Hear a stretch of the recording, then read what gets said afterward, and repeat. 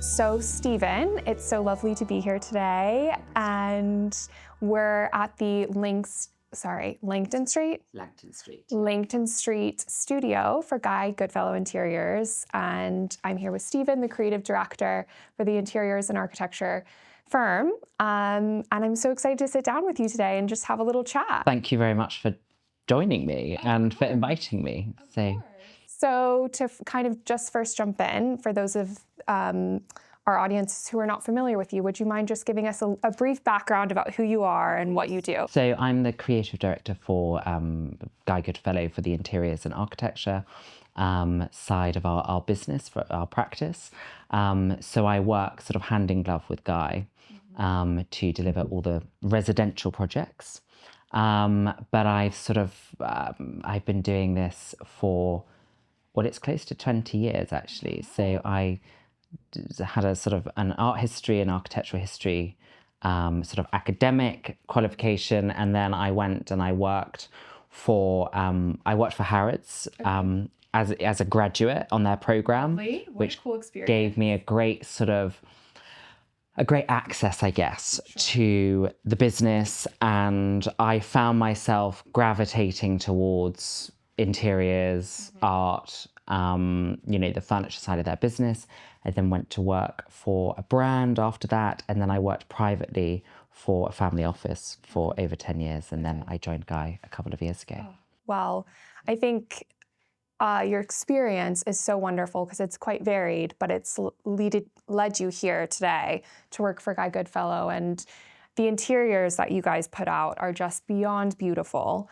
And I think, one of my first questions is about your design identity, and when I look at a space that's designed and it's a Guy Goodfellow Interiors room, I automatically know that you guys did it. And that's such a big deal in the interiors world because that's not often the case for everyone. So this style identity, this brand identity that you guys have created, have you always had this, or has it evolved over time to be where it is today? I think that I share your reading of the practice because I came to Guy sort of 3 years ago, and I had long looked at his work and admired his work. And whenever I had sort of seen projects that, struck a chord with me, I would think, of course, it's a Guy Goodfellow project. I have the same reading as you have. It's just now I'm instrumental in that. And I'm a sort of collaborator in that, which is brilliant. And I think that, to your point about the layering, or I think you said sort of evolve over time, that is exactly what we want to do as a studio. We want to or as a practice, we want homes to feel like they are representative of the people that are living in them. They're sort of, David Netto, I remember, I was either listening to something or I was reading something in his book, and he referred to interiors being like self-portraits. And that really, if you really think about that and unpick that, it's so true. So I think what we're trying to do is, well, I guess it's not self-portraiture because you're not painting yourselves, but it's sort of biographical, or autobiographical. And so I think that we want each project to be uniquely reflective of who's living in it. But ultimately, a feeling that something has grown and it's evolved and it feels legitimately lived in and it feels comfortable. That is a sort of, I guess, a sort of preoccupation of ours, or a sort of... Yeah, a design ethos. Yeah, exactly. Yeah, because that's absolutely it. I feel like looking at your portfolio of work, all of these houses, nothing feels new, which is just, there's not a lot of ambiance there when everything feels new. And you guys do such a great job. I know you're big in the antiques and collecting things, and then also, of course, having new elements as well, but really putting those together in a space to make it all flow and make it feel unique. This room can never be copied exactly. This has never been done before. And it is lived in, and it's meant to be lived in. So I think you guys do a great job of that. I love what you said about that David Netto said, the self-portrait. Maybe it's like we are the artists who are painting the self-portrait of the clients because, they have their own vision for their home and they're going to live in it. But then we're kind of instrumental in making it come to life. Execution of it. Yeah, so that's lovely. So what is your first step when you're approaching a new project or a new client brief? So I think it's about trying to understand the client or get to know the client as much as, I mean, some clients we know, some clients are sort of generational in a way. I mean, Guy's worked on, his oldest client, I think, is like 96 and he's been with him since the start and it's brilliant and he's still going. So I think it's about teasing out and really understanding who you're working for. And sometimes I don't even think it's about, you can ask pointed questions, but it really is about getting to know them because sometimes even if you ask a question, they're not necessarily going to give you the answer. Maybe they don't feel comfortable enough. Maybe they haven't inquired about something. So I guess it's teasing those elements out in sort of subtle ways. What we're really passionate about, and, Guy is an architect. So for us, it's getting the floor plan and the architecture, the bones of the building, entirely correct from the beginning. So if you're given that opportunity to be able to do it, we feel that if you've got great bones, everything else just kind of Seamlessly flows. Yeah, I mean, maybe not seamlessly, but, 100% but that it would, if you've got the space correct, if you've really done what you need to do, if you, then we feel that everything is flowing in the right direction. Sure. So that's a great starting point. And then I guess from there, it's finding the catalyst, like the anchor, the whatever you want to kind of call it. Sure. Is it an artwork? Is it a rug? Is it a fabric? Is it a painting? To sort of build something around. And again, I think often you'll ask a client, well, what do you want to sort of build, or what do you have in your mind? And they say that they often don't have anything, but then there's always the painting that's in storage or hanging somewhere else that they just need the time to think about it and to share that with you. Exactly, and feel comfortable. I think also this job, people may not think it, but it's quite a vulnerable thing to be designing for clients their personal residences. It's deeply personal. It's deeply personal. And so sometimes it takes time to get to that point with clients after, however many meetings, and they start to trust you and be like, okay, I can open up a bit more about this certain design decision or something that I'm wanting. Yeah. And also, I think the great thing about the experience of working in interiors is maybe the questions to ask to kind of pull things out of them that they may have no idea. Yeah. You know what I mean? That, I hadn't even thought about that, but that's where your value comes in, is you ask the right questions. So that's wonderful. So kind of going off of that, I know we talked about how each project is really a reflection of the clients themselves, but also at the same time, they've hired you for your design input, and they've obviously looked at your portfolio and liked what they have seen.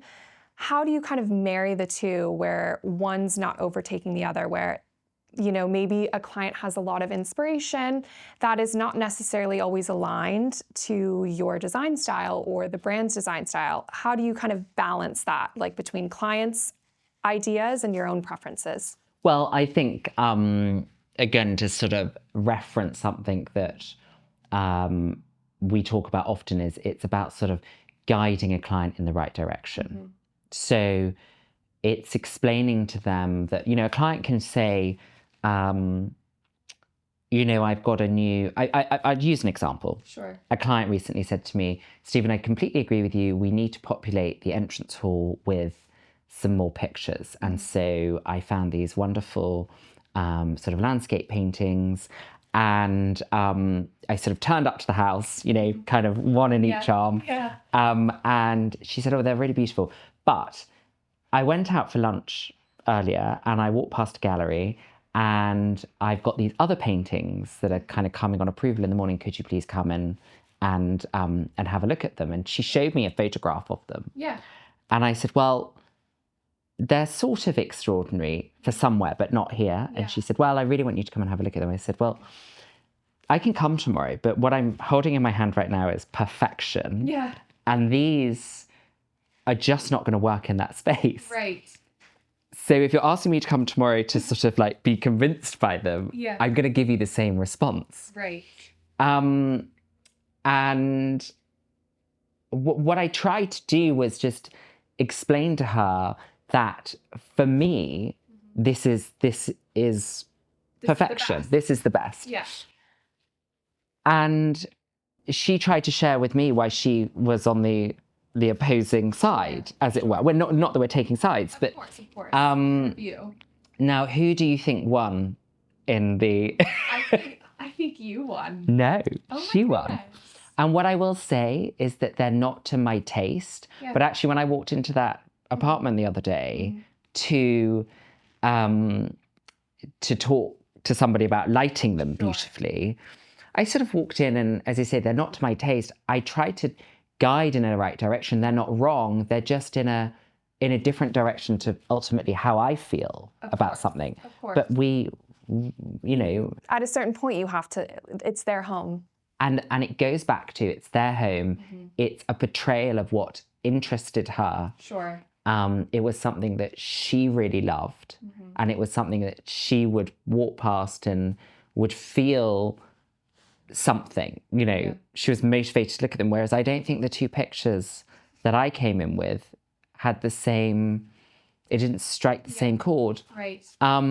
So I offered to take the pictures away. She said, no. She said, we'll still take those pictures. I just don't want them for here. Okay. So they went somewhere. And I guess what I'm trying to say in like a very convoluted way is we can only try and share with our clients why we feel something. Sure. It's up to them whether or not they choose to put it into another room, focus on something else that sort of piques their interest. And again, is like demonstrative of or representative of how they want to live. Yeah. Their character, their personality. Exactly. And ultimately, you can only take them so far. And then exactly what you said, it's their decision in the end. But I think that's a great example of kind of the push and pull and then finding the happy medium. And the compromise. Exactly. And sometimes there is compromise and sometimes there isn't. I mean, and I think it's also about picking when the right time is to compromise, because there are just some things that when you there was nothing wrong with her selection. It just wasn't it wasn't what I had in mind.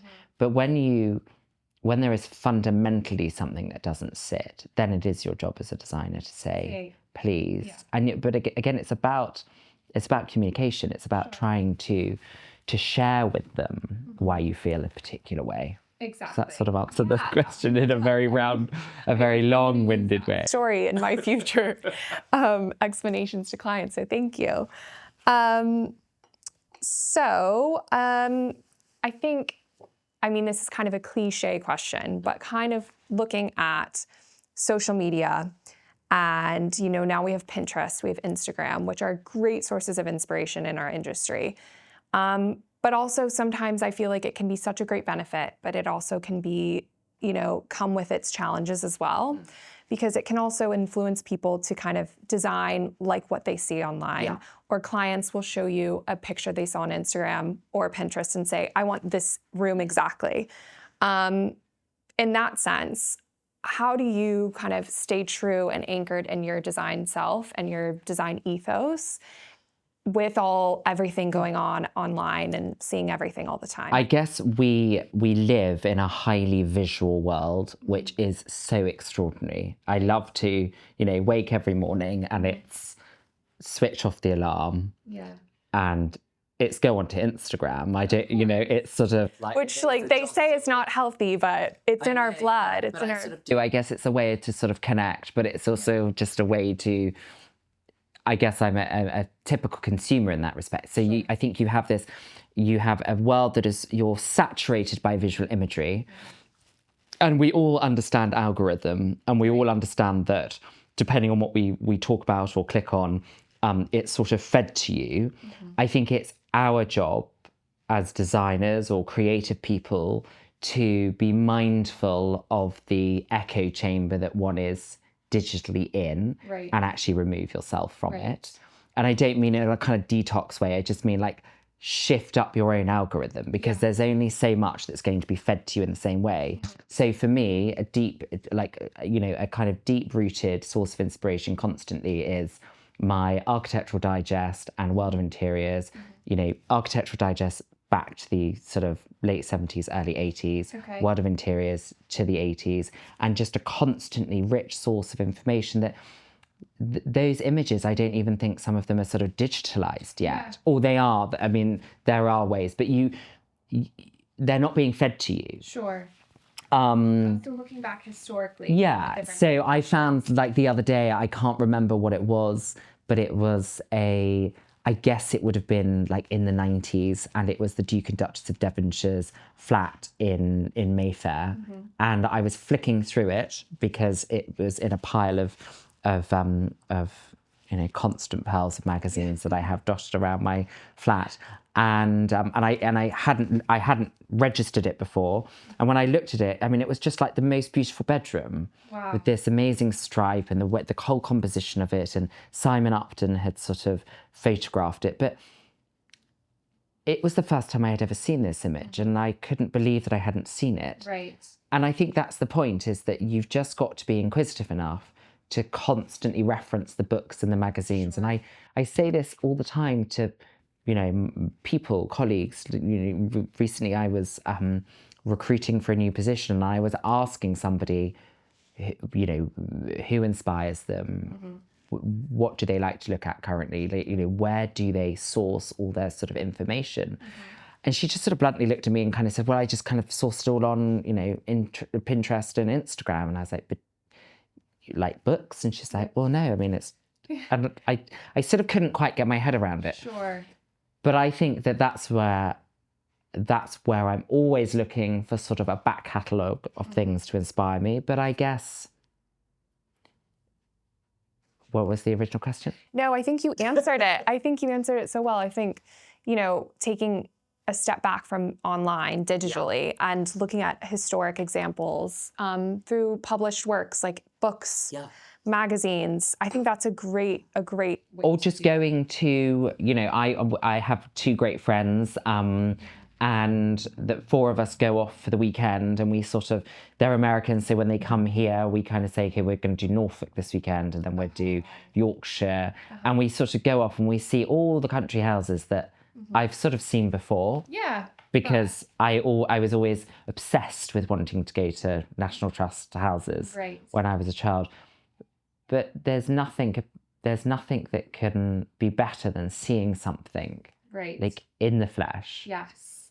And just something can sort of give you a seed of inspiration, a colour on the wall, and then it grows into a whole new scheme. A trim on a curtain, you know, a painting. Yeah. And that's I guess it's just about being receptive and nimble enough to sort of look for all of those sort of elements of inspiration. But we're creative, so that's what we're always doing. We're just consuming it.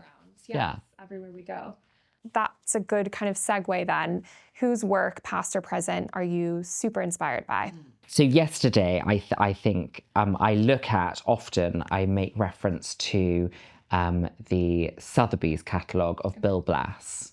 Oh my goodness. And his collection, which was an extraordinary collection of beautiful objects and the most sort of intellectual interiors. So I sort of love, you know, I love that. I look at the collection of, you know, Yves Saint Laurent and Pierre Berge, and I look at their catalogues, which again, I've made it, I found them from I think it was the Christie's sale back in the early, I guess it would have been in the 2000, and I can't quite remember, it would be 2000s, early 2000s. And, but I mean, I look to so many people for inspiration. And now you're putting me on this. No, that's okay. No, but who would I? The Sotheby's catalogs, is it like furniture shapes and stuff that really, or just the whole? Again, I guess what those catalogs provide you is like a genuine, like, understanding about how people collect. So I'm always really interested about like collecting and like what motivates you to collect it. So looking through catalogues, I find really interesting because you really do get a very distilled sense of like somebody's vision. Right. Or like somebody's interest and appetite, because they're often collecting the same types of over and over again. Yeah, you know, like there's a common thread. There's a collection theme there. Right. But I think, you know, if I think about designers who I sort of, you know, sort of reference, Renzo Mangidano for his great love of, you know, specialist painting and sort of trickery. And more contemporary would be Stephen Sills, who I think I just adore what he does with great, beautiful pieces of furniture and sort of, you know, wonderful spaces. I mean, there are too many. I mean, I could kind of list them off, but I think that's great. I think that's wonderful to hear. And I think that's a new nugget of information I've never heard, is looking at collection catalogs.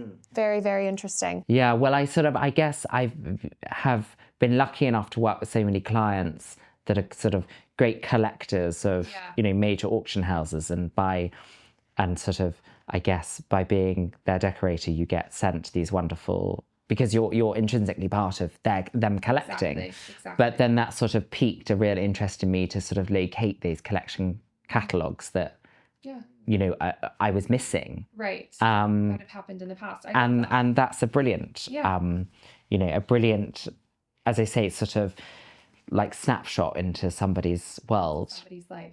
Yeah, and that's so interesting too. I think you bring up a good point, is like with each client, you also learn something new. And they teach you as well every time you work with them, especially when you're working with them over years long of a project. Whether it's the way they look at something or the way they feel about something, and you're like, I've never heard it said like that, or I've never had someone tell me that about a specific material or a room. And then you take it on with all your clients. And, you know, sometimes they can seed something in you that you wouldn't have even considered before. Right. And that's sort of, it's like a sort of imparting of sort of wisdom or interest. Where do you decide where to splurge and where to save? I guess it's just about being resourceful. Because I think things like beautifully made sort of, you know, custom pieces of furniture, sofas, you know, of course, curtains, like those, they look beautiful, they're going to stand the test of time. You probably want to invest in those because they're the things that are sort of the key elements of the room. And then you could probably, if you can't quite afford the table or the ottoman or whatever it is, you can probably build it. You don't want to be replacing your L-shaped sectional sofa or your big sort of knoll, whatever it is. Those are sort of, to me, kind of no-nos. You just want to do them once, you know, and then you want to recover them in like a decade's time or whatever it is. I think it's just about being resourceful. I think it's also about mixing, you know, to use that term, high and low. And when you've got really great things, you know, there can be things in there that are not worth, you know, they don't have to be museum quality pieces. They don't have to be things that are tens of thousands of pounds. Really what you're only ever looking for is just like beauty in objects.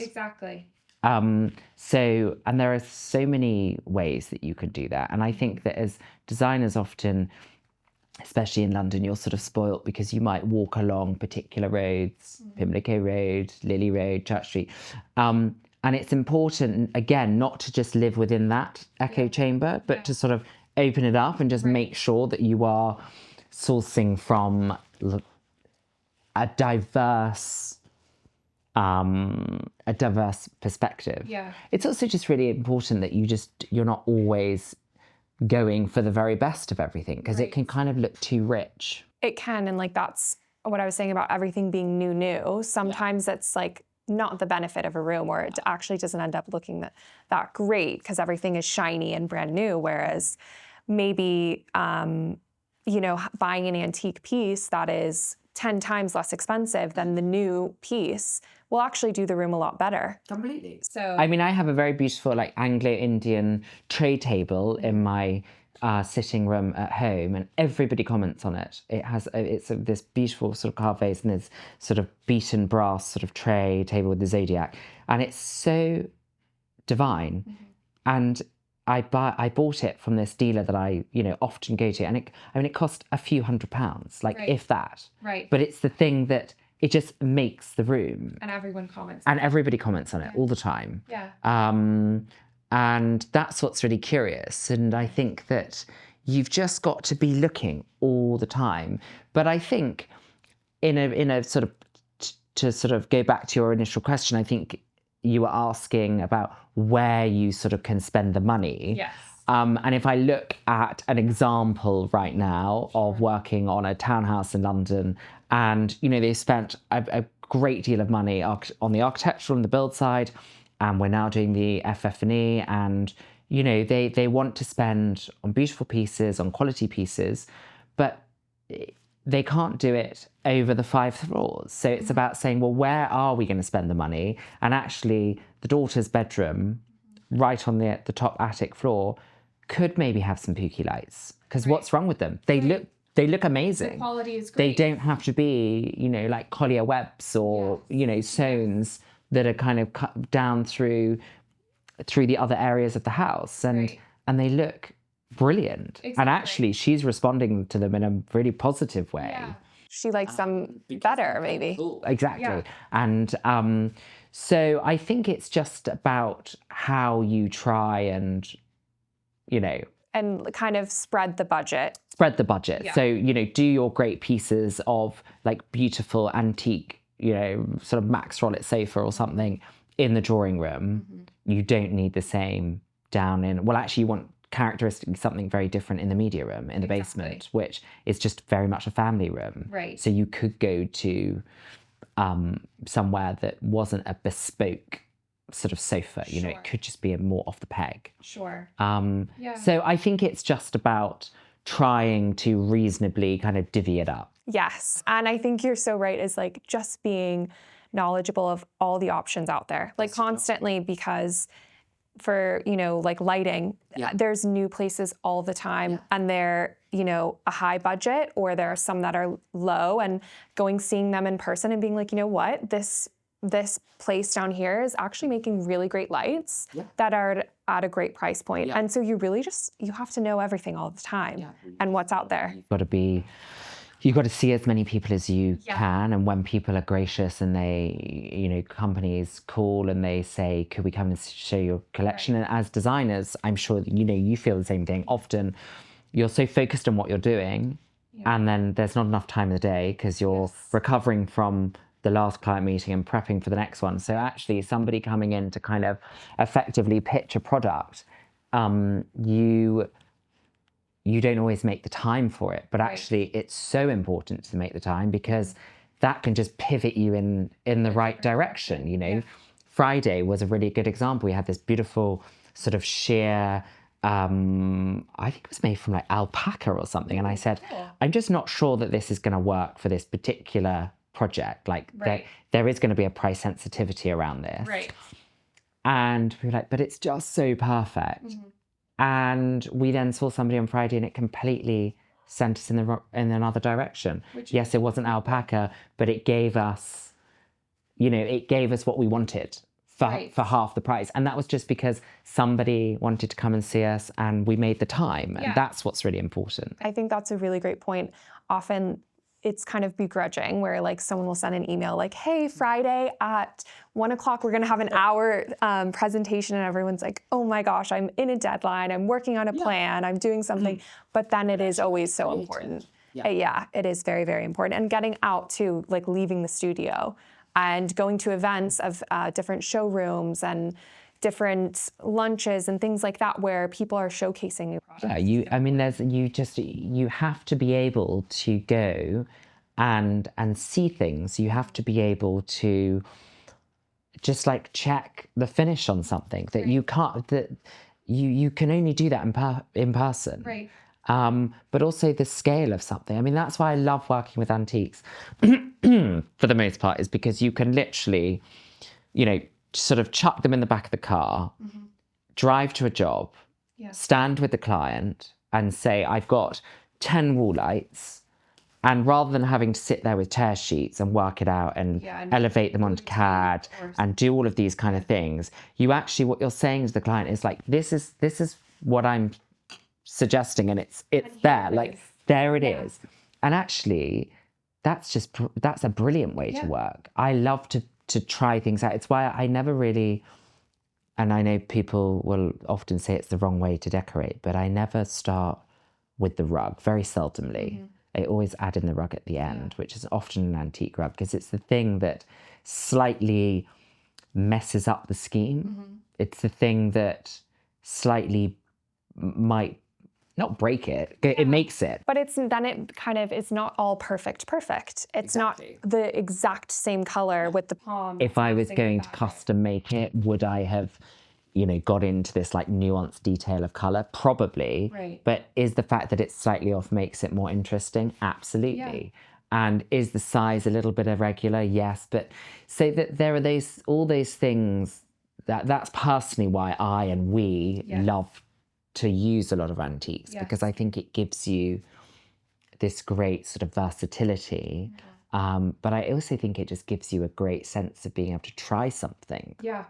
And I think if you have the time, if the client or the project deadline allows it, it's always so wonderful to have things on site. And that's why also, if a client is really unsure about a piece, we'll say, hey, live in the space for a little and let's check back in 3 months.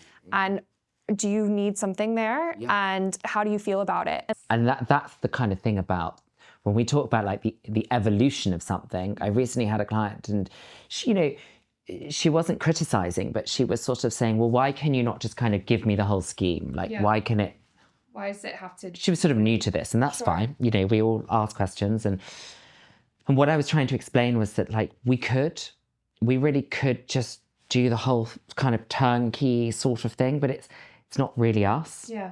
And it doesn't allow you like reflection. It doesn't allow you to find the things that might work better in time. Right. Sometimes I just cannot find the sideboard. Yeah. Or I cannot find the chair. Yeah. So yes, it just isn't there for a while. But when I find it, it's the perfect one. Yeah. And that's what I love about what we do, is that I think, again, a lot of our clients are I mentioned at the beginning, very enabling, they're very trusting, and they allow us the freedom, the time, the self-expression. So as long as the kind of bones are in there, then actually waiting for the something to arrive a little later, just being patient, is great. And like, what a great chemistry then with clients. It's like the perfect recipe. They're trusting of you, and you understand them, and the result is just beautiful, as we've seen in your work, because you've allowed these spaces to breathe and like find themselves over time. And then you kind of keep layering and adding stuff in. So I think that's wonderful. Okay, just a few more questions. How do you stay creatively energized between projects? I mean, oftentimes, I know that's a hard one, but you'll be working on something for years. You'll have a crazy install, and then you have to come back and start all over again with a new project. And sometimes it can be quite daunting. Like, you have been in a vacuum thinking about this one project, and maybe it was super Georgian, and you've had Georgian on the mind, and that's what you've been thinking about. And now you're starting something that's a bit different. How do you get creatively inspired and energized between projects? Well, I think, I'm not sure we're sort of,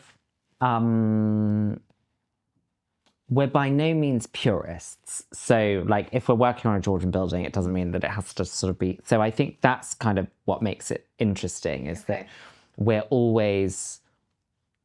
sort of doing something that's appropriate, but we're not wedded to something, if that makes sense. Yeah. I mean, like, architecturally, we want it to be kind of correct, but we also want it to be relevant. And so I think that how do we sort of stay energized? Do you travel? Do you like have to take a break and say, Well, I mean, if I think about, but I mean, travel is so important insofar as it's like recently, you know, it's been a busy couple of months. I felt like I hadn't really been anywhere apart from like London and going out to the country. And then all it took was 3 days in Florence to just feel like my batteries were fully charged, or a trip to Paris, because it just, it energizes you, and you see things, and you know, you're taking something in, you're seeing a specialist paint finish, you're, you know, just in the same way that we were talking earlier, like you're just seeing something that is outside of your standard periphery. right? And there's something so invigorating about that. Like I find that I have to kind of go on these kind of cultural tours, if you like intensively. And then I come back and I just feel like I want to, you know, I don't know, I just feel energized by something. Like that's the best thing. I think travel, you're so right, is absolutely the best way to continue our creativity and keep energized throughout the whole process. It's been so wonderful speaking with you. Can you tell us a little bit about like what's next for Stephen? What's next for Guy Goodfellow? What do you see in the future? I think it's about like just an unwavering commitment to Guy and I work hand in glove together. We sort of view the world like not in the, we sort of do see it, I think, design, you know, sort of through the same lens. That's not to say it's mutually exclusive. It's not. Like that would be unhealthy. But we do have we do agree rather than disagree. And we challenge each other. And I think that, you know, what is next is to just continue to do work that has integrity and relevance, and to continue to put our clients like front and center. Like we work in a service industry. Right. That is what we do. Right. And we are here to provide a service, and to provide one in a market that is heavily saturated. So a sort of a commitment to them, but also a, you know, constantly trying to, I talk about often, we talk about how we obviously have a sort of style. I mean, you've sort of, that's recognizable. But actually, I think like sometimes I try to think about what that style is, and maybe it's not so much about a style, it's about a feeling. It's about feeling of like comfort, integrity, humor, character, patina, all those kind of things. And I think that that is what we're sort of committed to. And we're committed to trying things out for the first time. Like if you think about, there are many design houses and they do a wonderful job at doing a particular type of work. Right.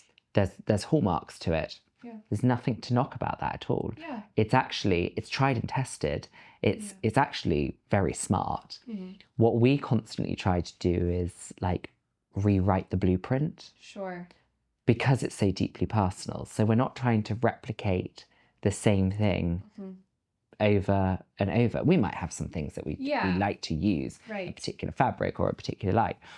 But I think it is this, I use the term like unwavering commitment to providing a deeply personal service, a deeply personal design that makes, that people identify with and want to come to us for. Basically, you guys are doing everything perfectly now. So it's just continuing this practice that is just tried and true, and beautiful spaces, but evolving them over time and taking risks each time and listening to clients. Exactly. It's just, it's about trying to do something, to sort of challenge the status quo, or, you know, to reinvent something. Not because it's just, it's not about sort of being contrary. It's just about like a desire to do that. Like I want to use a new product. I want to design something new. I want to customize something. I want to do a new rug. I want to commission a new artwork. Like that's really what it's about. It is. Well, I think that's amazing. And everything that you've shared today, I think, is so wonderful. And it's so lovely to hear from you because I admire everything that you do and Guy Goodfellow Interiors. So it's so wonderful to have heard from you and all your feedback. Well, thank you very much for asking. Of course. Coming here to Langton Street. Of course. It's been lovely.